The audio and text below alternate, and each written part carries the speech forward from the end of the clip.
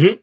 Good evening. I now call the February 4th, 2026 emergency meeting of the Charlotte-Mecklenburg Board of Education to order. All board members are participating by simultaneous communication via Teams. Madam Clerk, please call the roll. Yes, ma'am. So board members, as I call your name, please say present. Board Chair Stephanie Sneed. Present. Board Vice Chair Dee Rankin. Present. Board Member Lenora Shipp. Present. Board Member Liz Monterey Duvall. Present. Board Member Monty Witherspoon. Present. Board Member Charlita Hatch. Present. Board Member Shemaye Haynes. Present. Board Member Cynthia Stone. Present. And Board Member Anna London. Present. Madam Chair, we have a quorum with 9 members present. There being no opposition to any items on the agenda is adopted by unanimous consent. We have one action item for this evening, the approval of the recommendation of the superintendent's proposed modification to the 2025-2026 academic calendar. I now turn to Dr. Hill to present her recommendations. Thank you, Madam Chair and members of the board. I want to start by thanking every member of the Charlotte-Mecklenburg Schools team, our families and students for their resiliency, understanding, and patience during this unusually challenging period of inclement weather in North Carolina. It is not lost on us that inclement weather events require so much from members of our community, from parents to emergency personnel, to students, to school leaders and staff, and so many more. Thank you to all in our community who have given so much of themselves over the last 2 weeks. You are deeply appreciated. This evening, Chief Thompson will present my recommendation to make an adjustment to the 25-26 academic calendar for schools on the traditional calendar. We have experienced 2 back-to-back winter storms that have caused interruptions to in-person instruction for 8 consecutive days over the last 2 weeks, whether a delayed start, a closed school day, or a remote instruction day. That is not ideal for student learning. All Charlotte-Mecklenburg schools calendars exceed the legally required number of instructional hours, including the district's 25-26 calendar. This is done with intentionality to afford options should emergencies, such as inclement weather, arise. Additionally, Charlotte-Mecklenburg Schools has 5 remote learning days that have been approved by the state. So we have enough instructional hours and remote days remaining in our current calendar. We do not need to make a change to this year's academic calendar in order to comply with state law or Board of Education policy.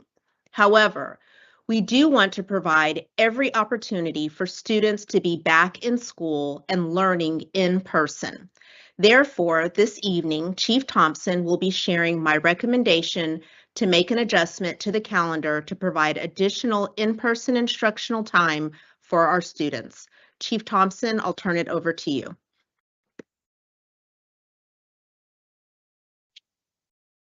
Good evening. Tonight, I'll present the superintendent's recommendation to revise the 25-26 academic calendar. The 25-26 academic calendar complies with North Carolina state law and Charlotte-Mecklenburg Schools Board of Education policy. Shown here are the requirements for the academic calendar, and you see highlighted letter B, which is the area that I want to discuss this evening. It requires that all school district calendars in North Carolina have a minimum of 185 instructional days or 1,025 instructional hours. In Charlotte-Mecklenburg Schools, our academic calendars meet the requirement, exceed the requirement of 1,025 instructional hours. We use this option because it provides greater flexibility in use of hours and scheduling of days, especially when meeting the needs of various grade levels. Academic calendars in Charlotte-Mecklenburg Schools exceed the state legally required number. This is done with intentionality to afford options to the superintendent should emergencies, such as inclement weather like we've experienced the last 2 weeks, arise. The additional hours provide the ability to avoid having to make up lost instructional time using makeup days due to closures. But most importantly, we want to ensure our students have as much learning time in school as possible. While North Carolina requires that each school district has a minimum of 1,025 instructional hours, Charlotte-Mecklenburg Schools has a minimum of 1,063 instructional hours. The state of North Carolina is specific about the definition of instructional hours. Instructional hours is time during which students are assigned to a teacher for the primary purposes of instruction.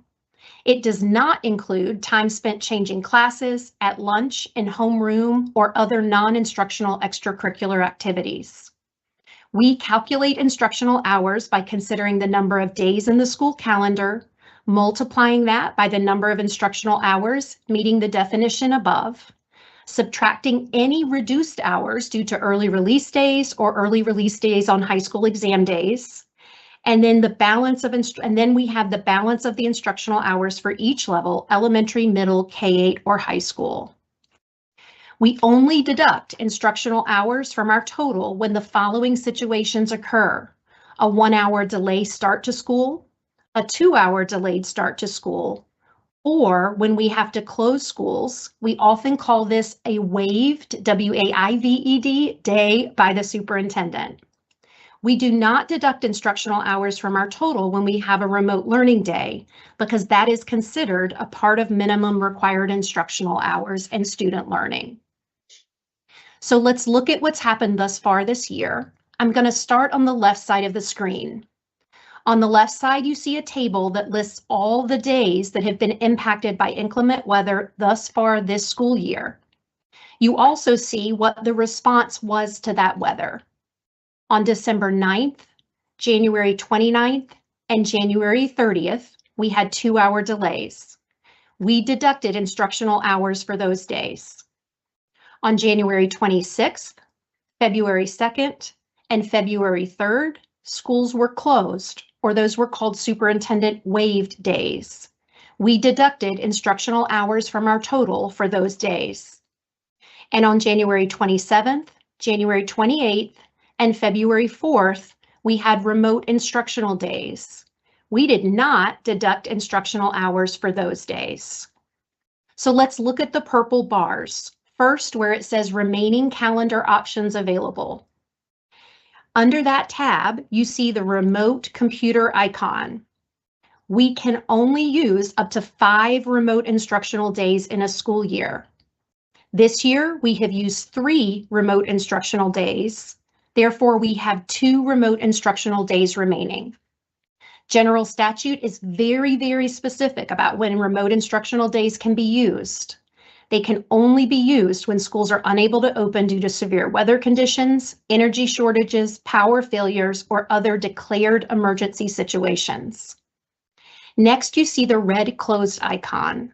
These are also called superintendent waived days. We can only use this option for up to 4 days during a school year.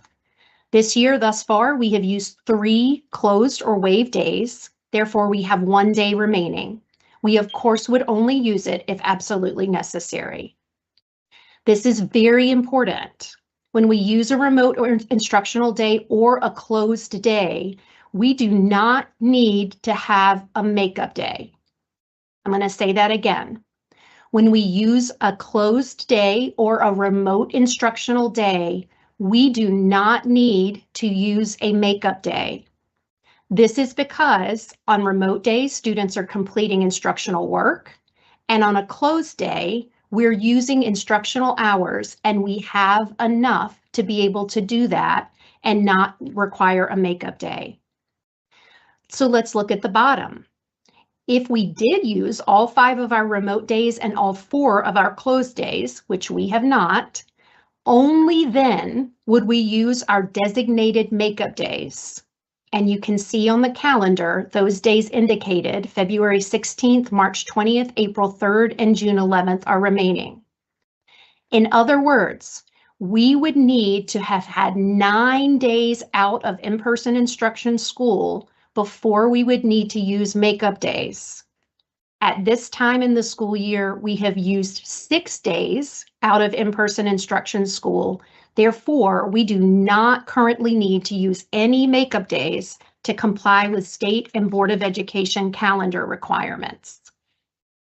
But we're here this evening because regardless of what is state required, we know our students have missed a lot of in-person instruction thus far, particularly over the last 2 weeks. And we know our students have a lot of learning left to do this year. And we know this is critically important to our students and families. So we're looking for any opportunities that could provide additional in-person instructional hours for our students in this year's calendar with the least amount of disruption. To be clear, there is nothing requiring us to do this. We're doing this because we know how important being in school is. So before bringing this recommendation to you, we polled our academic calendar working group just on Monday. We asked the 3 questions that are shown on this slide. Would you support changing Wednesday, February the 11th from an early release day to a regular school day? Would you support changing Wednesday, April 29th from an early release day to a regular school day? And is there any additional feedback you'd like to share that supports your responses to the questions or provides additional context? In just a 24-hour period of time, we had a 68% response rate, receiving 77 responses from the 113 working group members that we polled. We also opportunely had the opportunity to gather feedback from our principals and central office leaders at our regularly scheduled leadership meeting held virtually yesterday.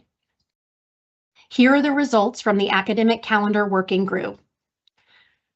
76.7% of the 77 respondents were in favor of changing the February 11th early release day to a regular student instructional day. Of the respondents not in favor, they cited the following reasons. 5 said that a last-minute change could be difficult for families. 8 were concerned about scheduled professional development or events on one or both of the days. 1 respondent indicated that a workday would be better than using an early release day, and 4 respondents didn't explain their response. 87% of the respondents from the academic calendar working group were in favor of changing the April 29th early release day to a regular student instructional day.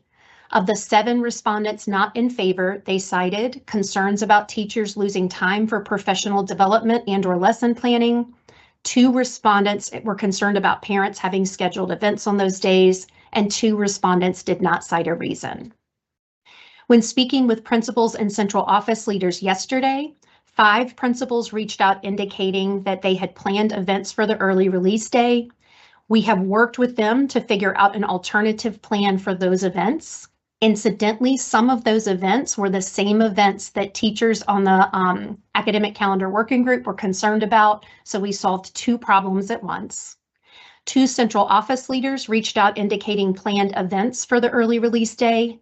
We have worked with them as well to figure out an alternative plan, and those were 2 other things cited by working group members as things they didn't want to miss.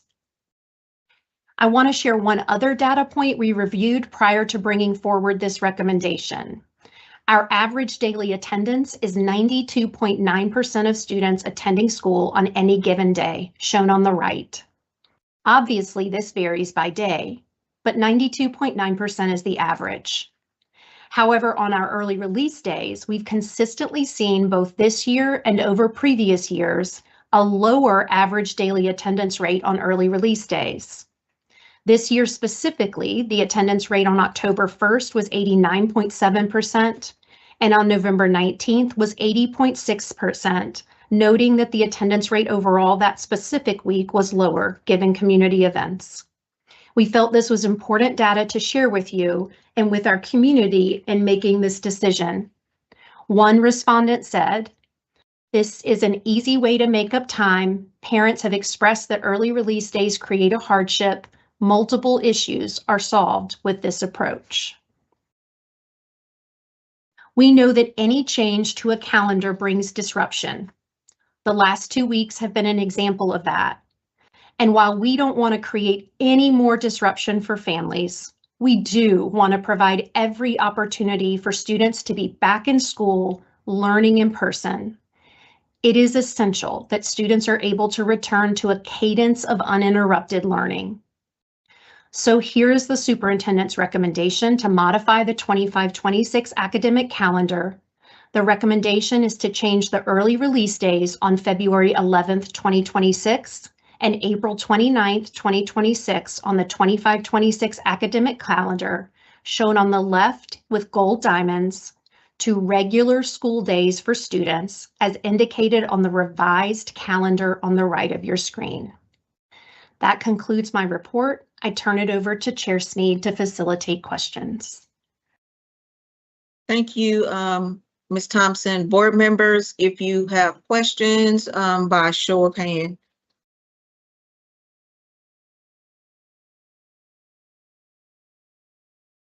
All right, Board Member Hatch.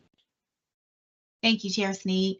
Chief Thompson, thank you for this presentation and walking us through this. I'm curious about if you could maybe give some insight into the strategies that will be used to communicate this, if approved, to families so they not only understand the day is going to be longer, but also the why, kind of how you presented it to us. Absolutely. So our communications department is poised and ready to be able to communicate what is happening, including explanation about why it's happening, pending any decision that's made this evening. We spoke with all of our school leaders and all of our central office leaders yesterday. They understand that this decision is being considered this evening and are also poised to support their school communities in explaining what is happening and why it is happening on the upcoming early release days. So while we know time is of the essence, we do want to get the information out as quickly as possible. And we want to be sure that we're able to also explain in the communication that we are already exceeding instructional hours, and we want to make sure that students are able to be back in school for in-person instruction. Thank you. Thank you. I have a question. Yes. Thank you, Chair Sneed. Maybe you covered this already, but is there any implication with these changes on like testing schedules and things like that? That's a great question. We have scoured the academic calendar to make sure that we are not conflicting with any other events that are taking place. That's part of the reason when we were meeting with our principals and central office leaders yesterday, we said, please check your calendars and please lift to us any events that are scheduled on these days so that we can work with you before bringing this recommendation to ensure that we don't have any unintended consequences of making this decision. So in short, we do not have any testing that was scheduled to take place on those days that we cannot reschedule or take care of at another time. Thank you. Right. I don't see any other hands raised.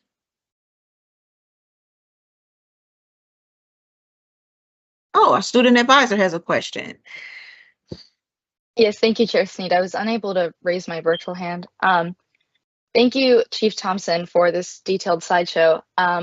So you mentioned previously that 76.6% of individuals said yes, were in favor of changing February 11th, but that would mean that 23.4% weren't in favor, and you said a majority believed that it would be a time constraint and there was not enough time for us to make this decision or family concerns. So my question is, would it be possible, now I'm not totally sure if this is set into stone yet, but for February 11th at least to maintain its status as an early release date and April 29th to remain a full instructional day? How exactly would this work? Thank you for the question. So to be clear, of that 23.4%, only five people said that they thought it was going to be tricky for families to reschedule. Other folks were concerned about things that had been scheduled internally within the district. So of that 23%, not all of the 23% was looking at that. When we look at what has been impacted thus far, so if we look at the calendar right up here, December, January, and February, what we see in January is we had a holiday on the 19th. The second quarter ended on the 21st. On the 22nd, students were back in school. On the 23rd, we had a teacher workday, and that's often the case at the end of a quarter to allow teachers to be able to complete grades. And then instruction was impacted that entire next week, which was last week. We've then been closed Monday and Tuesday of this week and remote today. So potentially we're back in school the 5th, the 6th, the 9th, and the 10th. Actually, let me rephrase that. Not potentially. We are back in school the 5th, the 6th, the 9th, and the 10th. But then we would turn around and have an early release day on the 11th, and then a teacher workday on the 16th. And this teacher workday is here because of President's Day. So if what we're seeking to do, we did consider the 11th and any unintended consequences of not doing this, but were we to not do this, our students would be back for 4 days. We would have a half day, which we see already that attendance rates are lower, so many of our students wouldn't be there on the 11th. We would be back for 2 more days and then off again on the 16th. And we do not feel like that gives us, our students, continuity in instruction. We don't think we're doing the right thing by kids to do that. The other thing we considered was the 16th as a teacher workday, but we do believe that would be much more disruptive because it's a holiday than extending the 11th. So while again, we recognize that there could be a disruption, particularly at this last minute, when we weighed what has happened over the last week and a half, and then what's coming up in February, and the feedback that we've been getting from the academic calendar working group team members, that's how we landed at the decision. And we had 113 team members who received the survey. 5 said that it could be a problem for families. I hope that answers your question. Thank you. Board Member Monterey Duval. Thank you. Her question triggered a question for me. So just to clarify, the 11th was going to be a half day, and now Correct. it's going to be a full day. That's correct. Great. And then what was the other date? Was there another date that was going to be a half day that is now a full day? It is, yes. So April the 29th, shown here on the left of your screen, those are the 2 scheduled remaining early release days on the current calendar. So you can see on the right-hand side, the 11th would no longer be an early release day, which means our students would be able to go to school for the next 7 days until the teacher workday, and then would have a good chunk of time before the next teacher workday. And then we would have removed the, I was in the wrong month, would have removed the gold diamond from April 29th. That would be a full instructional day. And I want to note here that that means we would come back from spring break, and then we would have a good period of time for instruction prior to the end of the school year. The other thing I'll add is that our high schools start their AP and their IB assessments as early as April the 27th, right here. And so that also supports one respondent as a student noted that they would like to not have that early release day on the 29th so they can have continuity as they're preparing for their AP and IB exams.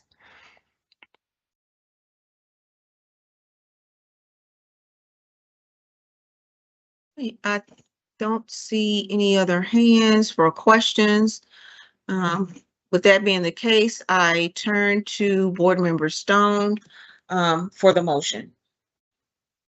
Thank you. Madam Chair, I move to approve the superintendent's proposed modification to the 25-26 academic calendar for schools on the traditional calendar, converting February 11th, 2026 and April 29th, 2026 from early release school days to regular full school days for students.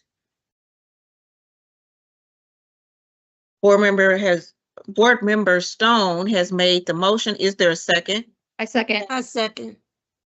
A second by Board Member Monterey Duval. Is there Board Member Stone, would you like to speak to your motion? I think the CMS staff has done an excellent job in explaining the circumstances surrounding why this recommendation was proposed. And as a teacher, very, very well thought through to try to establish a flow of education that we haven't had in the last 2 weeks. So thank you. Any other board member comments? Seeing none, I turn to Madam Clerk to call for the vote. Thank you. So say how you say when I call your name. Board Chair Stephanie Sneed. How say Yes. you? Yes. Board Vice Chair Dee Rankin. How say you? Yes. Board Member Lenora Shipp. How say you? Yes. Board Member Liz Monterey Duval. How say you? Yes. Board Member Monty Witherspoon. How say you? Yes. Board Member Charlita Hatch. How say you? Yes. Board Member Shemaya Haynes. How say you? Yes. Board Member Cynthia Stone. How say you? Yes. And Board Member Anna London. How say you? Yes. Madam Chair, the motion passes by a vote of 9-0. Thank you so much, board members and staff, for your time. There being no further business, our meeting is adjourned.